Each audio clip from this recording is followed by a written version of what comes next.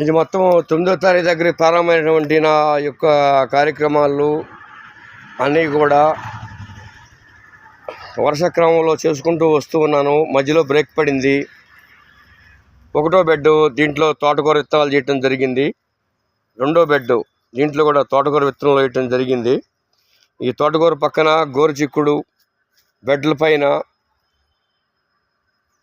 ముల్లంగి దుంపలు ఇట్లాంటి విత్తనాలు నాటడం జరిగింది.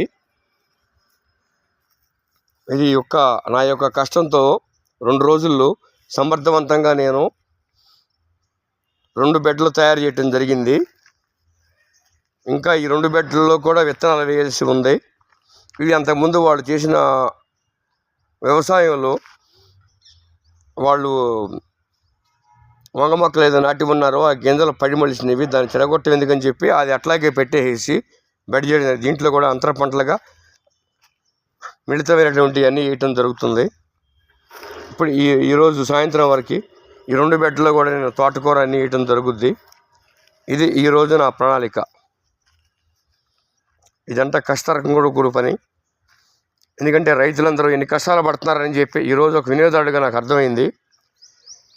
ఈ యొక్క బెడ్డలు తీయడానికి మొత్తం సట్టుబారిపోయింది.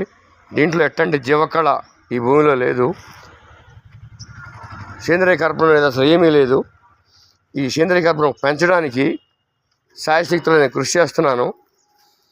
వీడియో ఎండింగ్ టైంలో సీడ్ టు సీడ్ బీజం వేసిన దగ్గర నుంచి పంట వచ్చేంత వరకు ప్రతిరోజు ఏ రోజుకి ఆ రోజు నా ప్రణాళిక ఇలాగే ఉంటుంది. అది ఈరోజు నేను ఎంత చేశానా లేదో నా వ్యక్తిగత కారణాల దృష్ట్యా, నాకు ఏదైనా పనుల దృష్ట్యా కొంచెం లేట్ అయ్యి ఆ రోజున 2 బెడ్లు నా ప్రణాళిక అనుకున్నప్పుడు 1 బెడ్ అవ్వచ్చు. అయినా కానీ ఇది గట్టి నిర్ణయంతో ముందుకు వెళ్ళాలి. మెరుగైన సమాజం కోసం ఒక వినియోగదారుడికి, ఒక రైతుకి మధ్యలో ఒక మధ్యవర్తిగా నేను కూడా ఒక రైతుగా మారాను కాబట్టి నా స్థాయిలో నా పోరాటం ఇలాగే ఉంటుంది. రాబోయే రోజుల్లో మరింత మెరుగైన సమాజం కోసం నా కృషి ఎల్లవేళ ఇలాగే ఉంటుంది. ఇది మీకు అందరికీ రాళ్ళు రప్పలు అంతా భయానకరమైన పరిస్థితిలో ఉన్నది. ఇదంతా కూడా నేను మొత్తం ఏ రోజుకి ఆ రోజు ఒక ప్రణాళికతో ఎంతైతే అంత ఉదయం 5 గంటల దగ్గర నుంచి నా ప్రణాళిక మొదలవుతుంది. సాయంత్రం 6 గంటల దాకా ఈ విధంగా ప్లాన్ చేసుకుంటూ ఉన్నాను. ఎక్కడికక్కడ ఒక ప్రణాళిక తయారు చేద్దాం అనుకుంటున్నాను.